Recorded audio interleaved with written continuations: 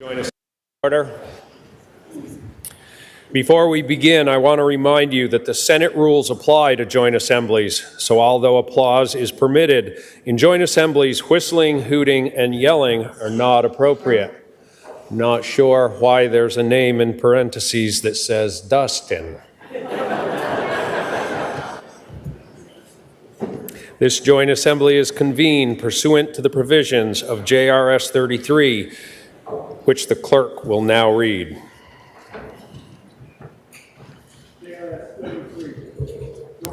To provide for a joint assembly to hear the budget message of the governor. Resolved by the Senate and House of Representatives that the two houses meet in joint assembly on Tuesday, January 20, 2026 at 1 o'clock in the afternoon to receive the budget message of the governor. The chair recognizes the senator from Chittenden Central District for the purpose of making a motion. Thank you.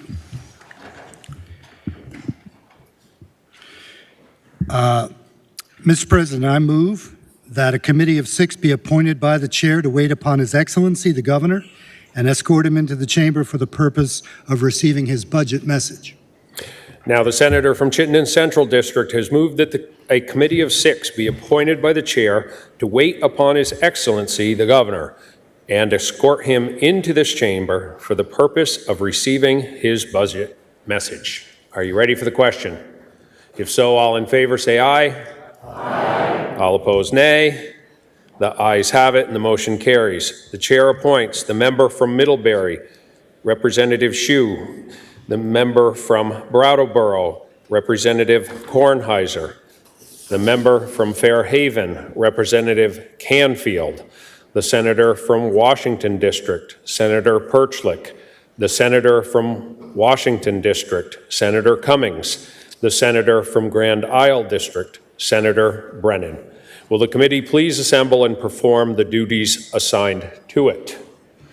The joint assembly may be at ease.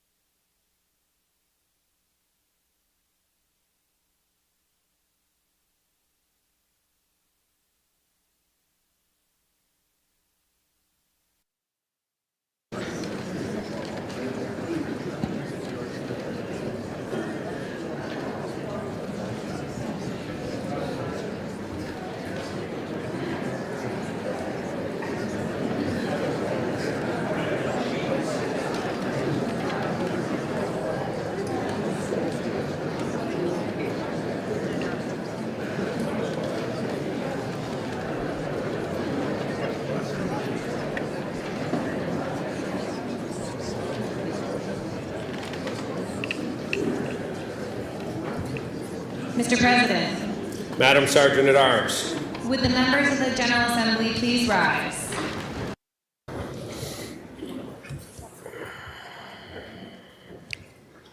It is my distinct privilege to present to you the Governor of Vermont, the Honorable Philip B. Scott.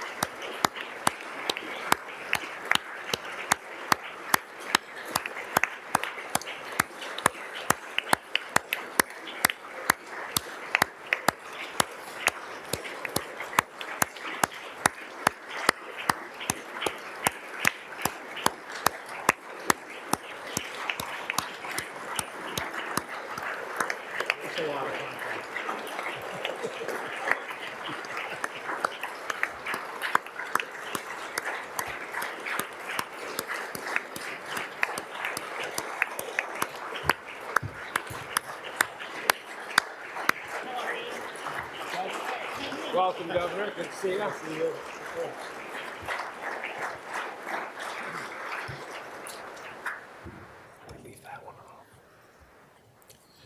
It's now my distinct honor to present to you the Governor of the State of Vermont, the Honorable Philip B. Scott.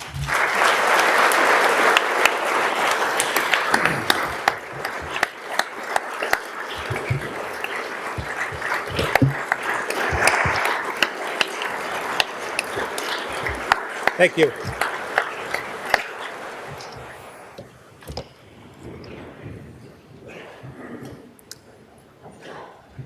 Mr. President, Madam Speaker, Mr. Chief Justice, members of the General Assembly, and my fellow Vermonters. Less than 2 weeks ago, I delivered the State of the State, explaining why education transformation is essential, not only for education itself, but for the many other challenges we face. I look forward to working with you this session so that when we adjourn, we'll have followed through on what we started and given our children and taxpayers the future they deserve. Since I took office, I've directed my team to keep 3 goals in mind when considering new initiatives and ask themselves, does it grow the economy? Does it make Vermont more affordable? And does it protect our most vulnerable? And if it doesn't satisfy at least one of the 3, it doesn't move forward. It's not just a slogan. It's a principle we apply every day, and it's helped guide us in every budget we build. By setting clear priorities, we can keep our focus on the areas of greatest need and the greatest impact. Issues like education, housing, affordability, and public safety are key to reversing our demographics, building a stronger workforce, and bringing in more revenue organically rather than asking more from taxpayers. When we've worked together to pass budgets that met these principles, we've had success. Even before the large infusion of federal funds from the pandemic, we started to turn the corner. In those years, even though budget growth was slim, we were able to invest in clean water, childcare, downtown revitalization, housing, addiction, and more without raising taxes. And we went from revenue downgrades in 2017 to upgrades in 2018 and 19. This year is going to look a lot more like those early years. For some time, we benefited from billions in stimulus dollars through COVID relief, ARPA funds, IIJA, FEMA recovery funds, and more. And rather than just spending it, we made strategic and historic investments in housing, broadband, infrastructure, climate change mitigation, and weatherization. And the good news is that money is still being put to work. But today, even the traditional funding we've come to expect from Washington is uncertain. And from what I've seen, no amount of political posturing or strongly worded statements will change that. So it's more important than ever to focus on the issues we can control, stay disciplined, and set clear priorities so we make sure Vermonters get the most out of the resources we do have.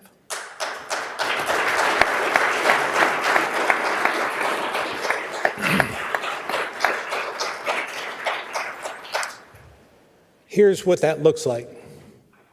Without raising taxes, this year's budget, across all funds, totals $9.4 billion. And while that's a lot of money for a small state, over a third comes from the federal government. It's also important to keep in mind that just last Friday, the revenue forecast was downgraded. That's new territory for some, because many of you have only experienced the upgrades of the last few years. Let's start with the general fund revenue, which we use for operations and services. An $8 million reduction from what we expected, based on the July forecast, leaves us with $2.53 billion this year. And as you'll see, that money goes quickly. It will cost $139 million more in fiscal year 27 to do exactly what we're doing this year due to inflation, increased costs, and other pressures. Pensions, for example, have increased yet again this year by 9.7%, despite some of your recent efforts to reform the fund. This single item will now require $331 million from the general fund, for a total of nearly $550 million across all funds. As Dave Coates, who's a managing partner at KPMG and an advisor to many governors and legislators, repeatedly warned us, this is what happens when you throw money at a problem without fixing the structural issues.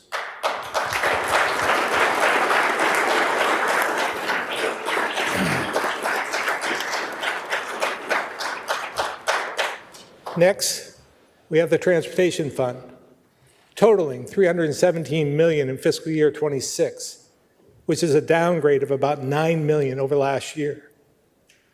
As a result of the July forecast, the agency had already begun making hard choices on new projects and reductions in workforce. Today, transportation spending faces a $33 million structural deficit, leading to further difficult decisions. But I have faith in our team at AOT to manage their way through this challenge as they've done before. Because we've known for quite some time that supporting the Transportation Fund with a gas tax would eventually lead to shortfalls, as fuel mileage has improved and electric vehicle use has grown. We also need to keep in mind, the more it snows, the more overtime hours are racked up, the more salt we need, which also impacts the T Fund. Although snow is great news for the general fund, with more skiers coming to Vermont, resulting in more sales tax, more rooms and meals revenue, and more money added to local economies. But for those looking for a quick fix to the shortfall we face, I want to be crystal clear. I will not support raising the gas tax.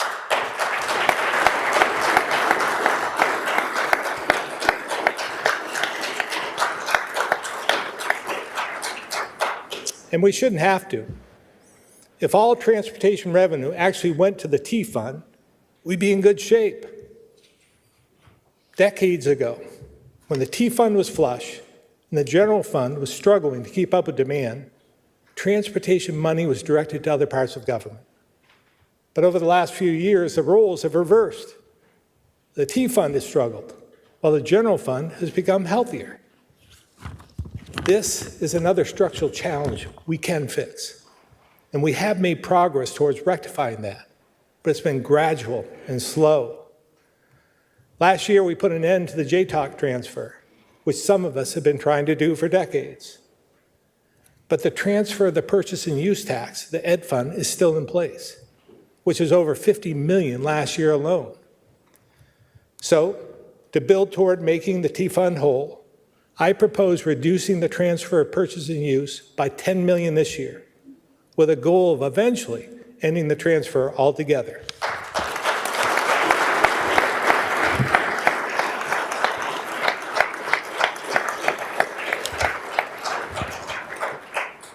That brings me to the Ed Fund, which will require $2.56 billion. That's up 39% in just the last 5 years, partially paid for by a 41% increase in property taxes. All in, including federal funding and other general fund investments, the total cost of our education system is creeping towards $3 billion. And remember, that's for about 80,000 kids. Now, I know we've been over this before, but it's important to remember where that money comes from.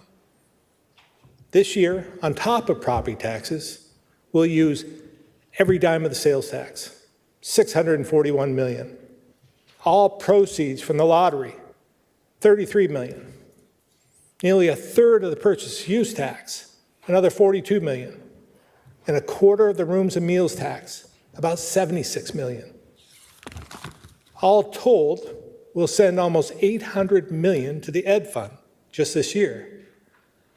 And even that isn't the whole story, because the $248 million we need for teachers' retirement and other benefits also comes out of the general fund. So it's over $1 billion in additional state money on top of property taxes paying for education expenses. Money that's no longer available to further support other things like housing, childcare, and revitalizing our downtowns. Yet, there are advocates who say, all we need to do is shift the cost to the income tax or ask more of second homeowners. But that money already pays for something else. So the question is, what program or service would you like to cut? And for how long? Especially when, per student, we already spend more than nearly every other state in the nation.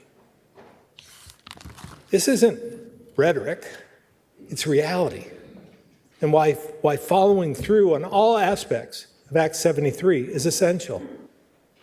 Because we cannot continue to prop up a failing system at the expense of other priorities.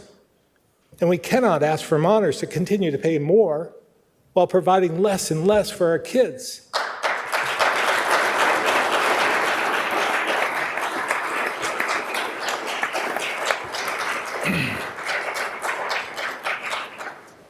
While we do the hard work to fix the structural issues in education, I propose dedicating $105 million through budget adjustment and the big bill for property tax relief.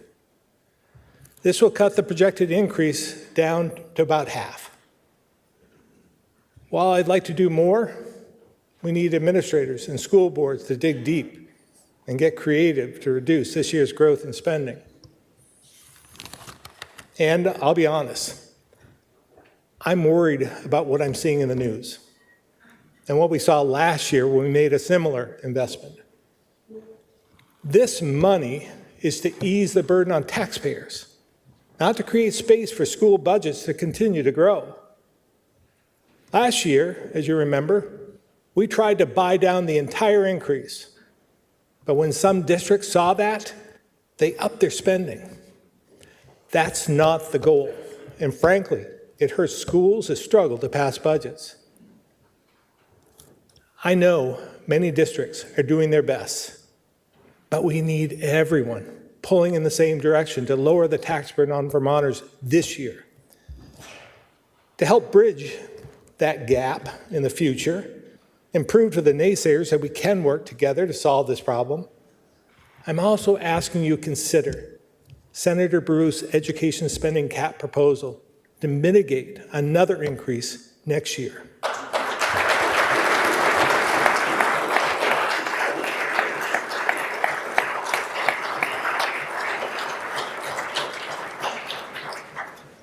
Housing is another major challenge where we need to change our approach. And whether the concern is the cost of a mortgage or rent, the quality of homes and apartments, or just being able to find somewhere to live, the answer is simple. More housing. More housing will help stabilize the market, bring down rent and prices, and decrease the property tax burden. This has been a priority for my administration since day one. And we have taken action, investing nearly $800 million since 2020, creating new programs like VHIP and MER, passing the HOME Act in 2023, and CHIP, which could leverage up to $2 billion for infrastructure to support more homes. But, as I frequently warn, it hasn't moved the needle quick enough because we haven't aligned the old regulatory system to meet current demand, which is about 30,000 homes over the next 4 years. So it's clear we need to rethink our regulatory process to make real headway. That's why last summer I signed an executive order to reduce red tape. And with it, the cost of building a single-family home dropped by about $25,000. So we'll again present a package to continue to modernize Act 250. It starts with extending the interim housing exemptions to 2030.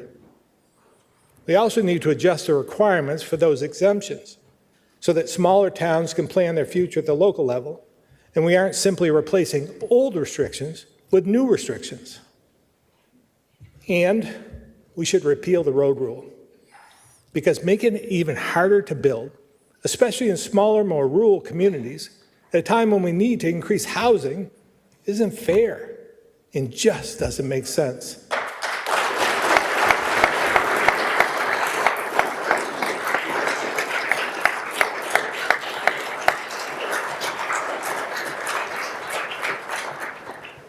Let's also expand the new ideas we know are working.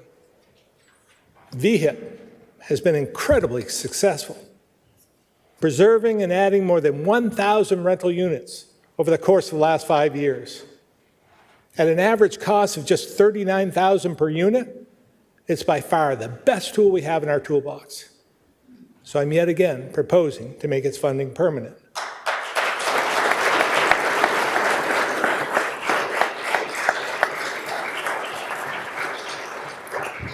In last year's downtown and village tax credits, we'll leverage nearly $70 million for building improvements and public infrastructure.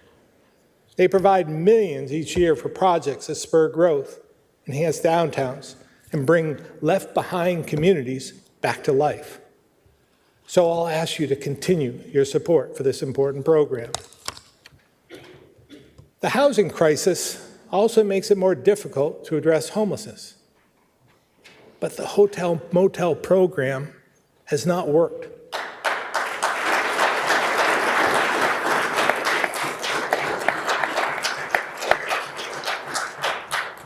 Even with the best intentions, it's done more harm than good by just warehousing people and creating dangerous situations for many. So this budget will build upon my administration's current strategy to shift funding from hotels and motels to emergency shelters with services and support. Let's finally move forward and put more people into more stable conditions with the goal of finding a more permanent place to live instead of just prolonging the crisis they're in.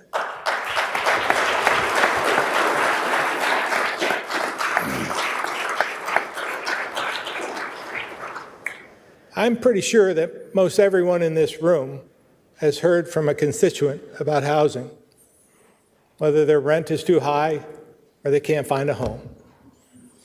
I also know many of you talked about it on the campaign trail. So now's the time to get it done.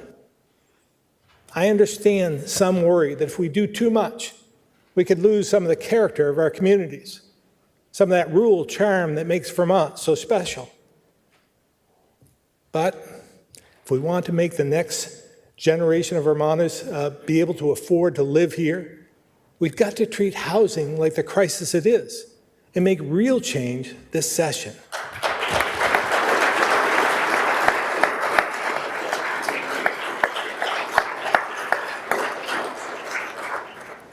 Affordability has become one of the most talked about issues in national politics today. And it's refreshing to hear previous skeptics acknowledge it matters.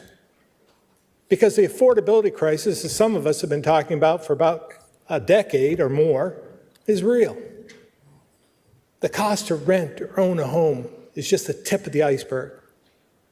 Think about this. Low-income Vermonters face the highest energy burden in the nation, paying more than 10% of their income on energy. According to the Department of Public Service, disconnection rates have increased 31% since 2022. Too many Vermonters are literally struggling to keep the lights on. Unfortunately, previous policy decisions made in this building prioritize ideology over reality and results. Some have said that higher electricity and heating costs are the price we must pay to fight climate change.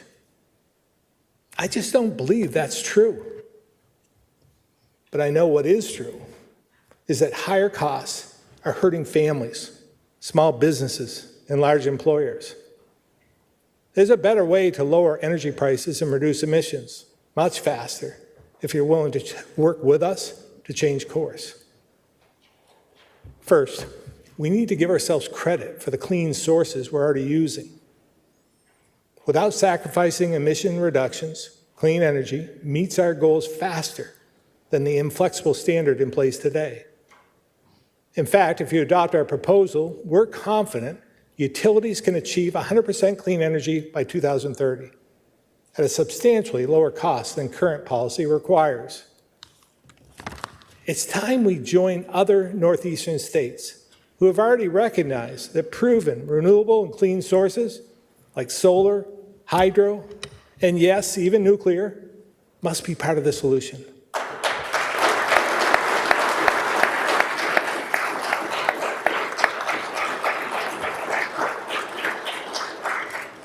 Because if we want to keep the people and jobs we have today and attract more of both, we need to be more strategic with more affordable energy options.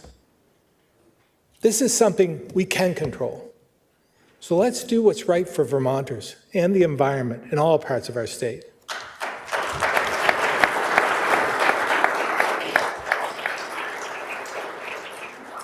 We need to take the same transformative approach in healthcare. In 2010, the Affordable Care Act was passed in Washington. Whatever your views on the ACA, it established important protections for things like pre-existing conditions. And it provided flexibility with guardrails for states to be creative and find ways to expand access, increase choice, lower costs, with more people covered. But Vermont took a very different approach, and the opportunity to build more options was set aside to pursue a government-run single-payer plan that failed after years of empty promises and millions of dollars. Despite that, its regulatory framework remains embedded in our healthcare system, resulting in some of the fewest choices and some of the highest costs in the nation. And when healthcare costs rise, so does the cost of living, of doing business, of running government and schools. It affects all of us. This issue is compounded by demographics, because as our population ages, more services are typically needed. We all know healthcare delivery, administration, finance, and policy are complex. But complexity can't be an excuse for halting essential change. And just like education, housing, and energy, small changes here and there aren't going to get us where we need to go. So we need a new approach.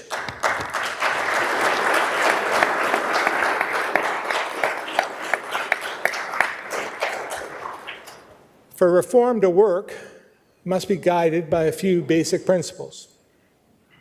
First, affordability for families, employers, and taxpayers. Second, real choices in care and coverage. Third, a system that rewards value, prevention, and accountability. Our experience in Vermont demonstrates, beyond any doubt, that when policy abandons those principles, costs rise, choices disappear, and the people who pay the highest price are working Vermonters and seniors on a fixed income. So let's start with common sense steps to restore affordability and choice. We can expand options, especially for young people and working families, by offering access to a wider range of insurance plans, like they do in other states, at far lower costs. And in a system with more choice, we can use tools like reinsurance to lower costs as well. And thanks to new federal funding, over the next 5 years, we've got a plan to put nearly $1 billion into rural health, to expand primary care practices, give underserved areas access to more choices for care, and rebuild our healthcare workforce. These are just a few of the healthcare proposals we brought forward this session. Because when essential systems begin to fail, we need to look at the foundation. And when the structural damage is straining families, workplaces, and entire communities, it takes more than a few bandages to fix it.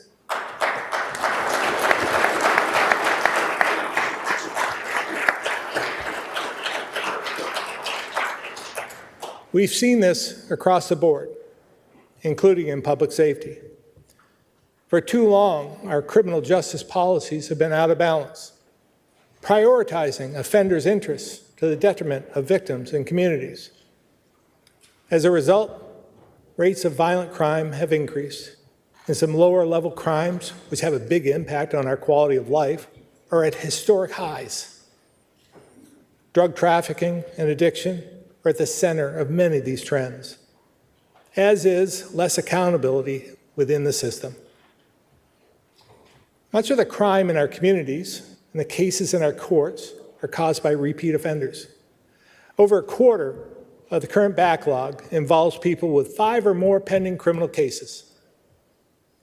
There are too many released pretrial who ignore court orders and court dates and face little or no accountability for violating conditions of release or failing to appear.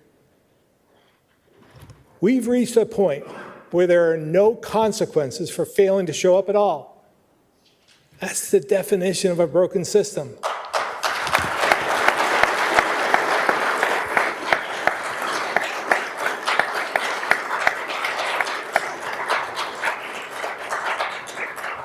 Now, we've made some improvements in recent years, like restoring bail, modernizing a few drug and competency laws, and requiring courts to expedite hearings for certain situations.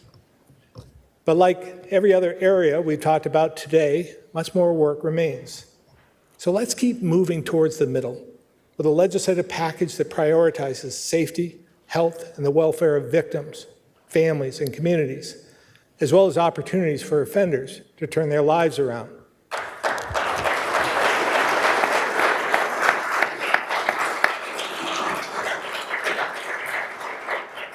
We also have a juvenile system that fails to hold young adult offenders accountable.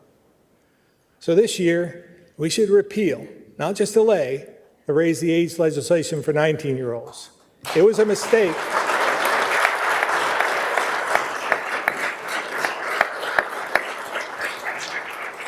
It was a mistake, and we need to change course.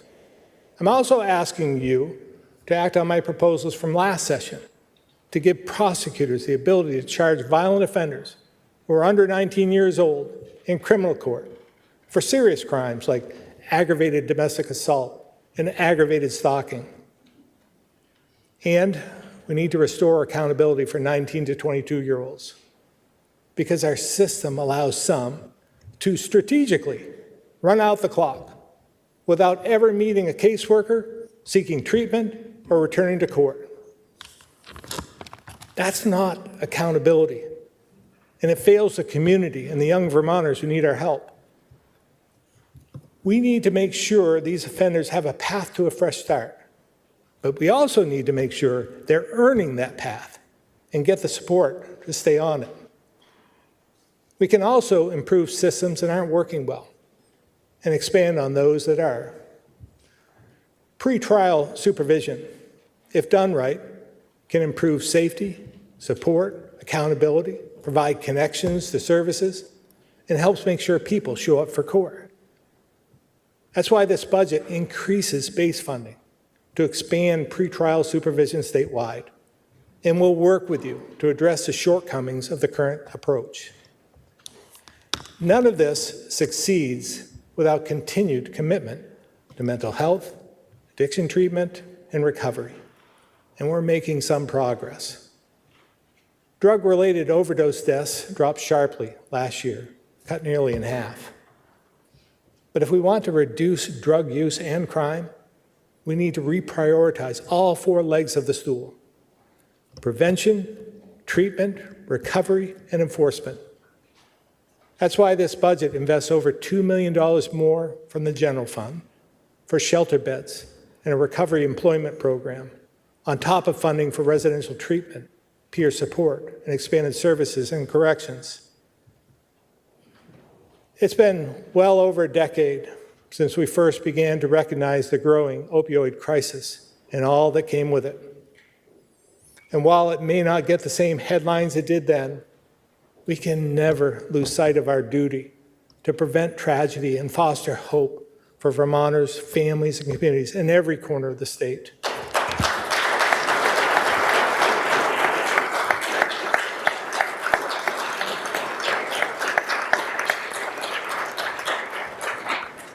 We've seen the result. When leaders have an open mind, a little humility, and are trying to do something different. In Burlington, our Community Accountability Court has shown we can effectively reduce the case backlog, connect repeat offenders with service providers, and offer the hope of a healthy, stable future. After years of escalating public safety concerns, one special prosecutor with a caseload of over 900 has closed over 500 active criminal cases involving 60 repeat offenders, and it only took 55 court days. Importantly, we've interrupted a cycle of drugs, crime, and violence, giving offenders a chance to turn the corner toward recovery. This effort brought together partners from the judiciary, my administration, city government, clinicians, business, and community leaders. I want to thank all of them for working together.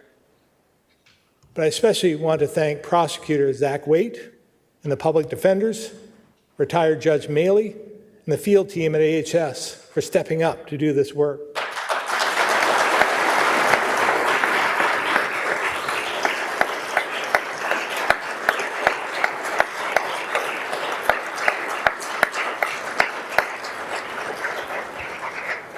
We've learned a lot from this experience, and this budget includes funds to replicate this effort in other counties across the state. Because when we expect accountability from criminals, ourselves, and our systems, communities are safer, quality of life improves, and people trapped in a cycle of crime and despair have a real chance to change.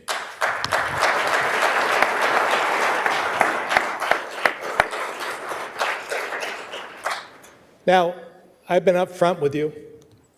This budget looks a lot more like those from before the pandemic, which means we have to be clear about our goals and carefully prioritize. Gone are the days of saying yes to every group asking for more funding, but there are still pockets of money in every agency, department, and division that will make a real difference for all of us, like eliminating some of our agricultural fees, investing in VOREC to continue to expand our outdoor economy across the state, and helping UVM get the new multipurpose center back on track, which will be a huge economic driver for both the state and university, without using general fund dollars or pulling from other important needs. At the same time, the federal stimulus money is still supporting major housing, broadband, weatherization, and flood mitigation across the state. I appreciate the work my team has done through this entire process to prioritize the things that will give us the greatest return. And that's the approach I'm asking you to take as we work together in this shifting economic environment.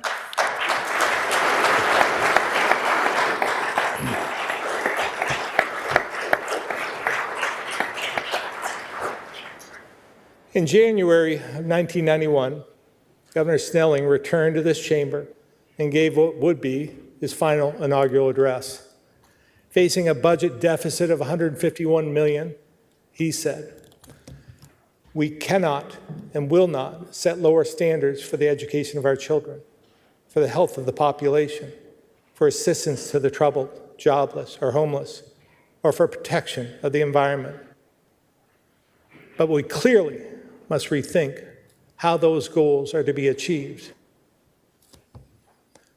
What followed was a time of transformation for Vermont.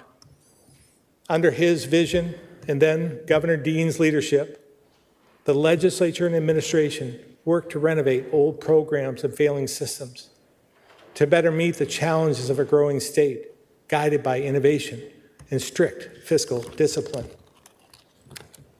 That architecture is now at least 35 years old, built to solve a different set of problems at a different point in history. To be clear, our immediate fiscal challenges are not even close to what they were facing, or those of 2009 and 10. Just ask the deans of the House and Senate, Representative Emmons or Senator Cummings. I was there as well, when we repeatedly received bad news about plummeting revenue and rising caseloads. And state government had no choice but to cut almost 1,000 positions over the course of the Great Recessions. We are not in that place. And we have the opportunity to make sure we don't get there by transforming our most critical systems and leaving Vermont better than we found it.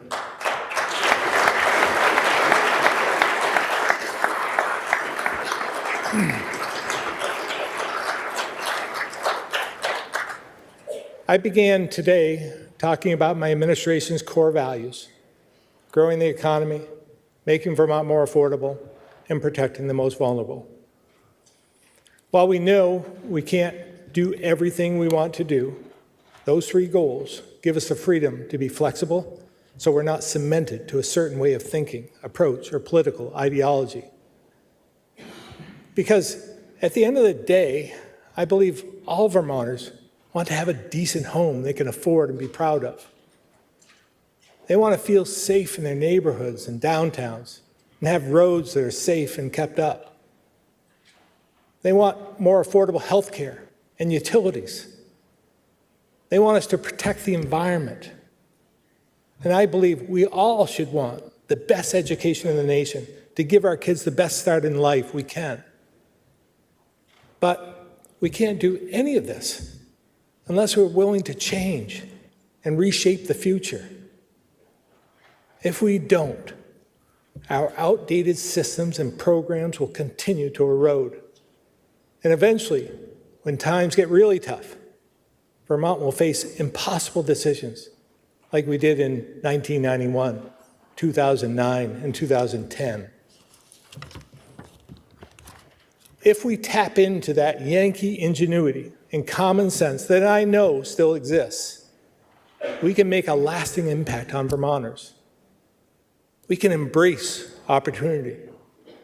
We can remember history and learn from it, and move towards the future on a new path with the tools to confront whatever the next challenge may be. This is the Vermont that I can see, and I hope you see as well.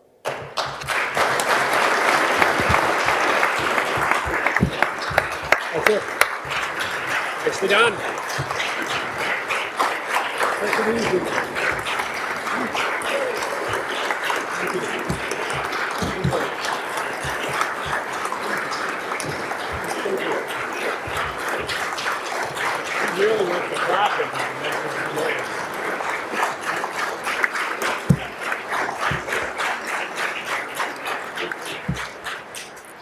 Will the committee please reassemble and escort the governor from the chamber?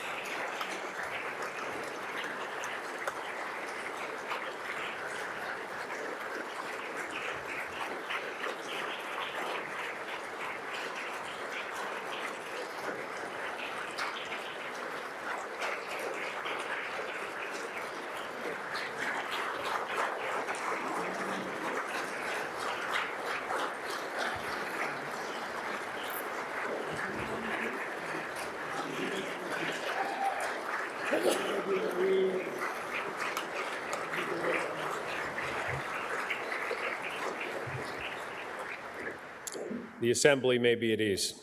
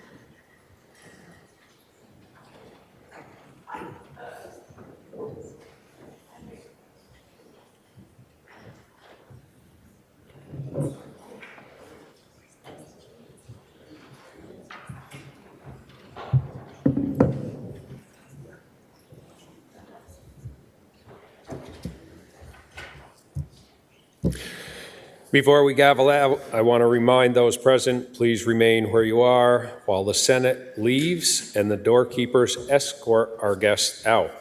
There being no further business, I do hereby declare this joint assembly dissolved.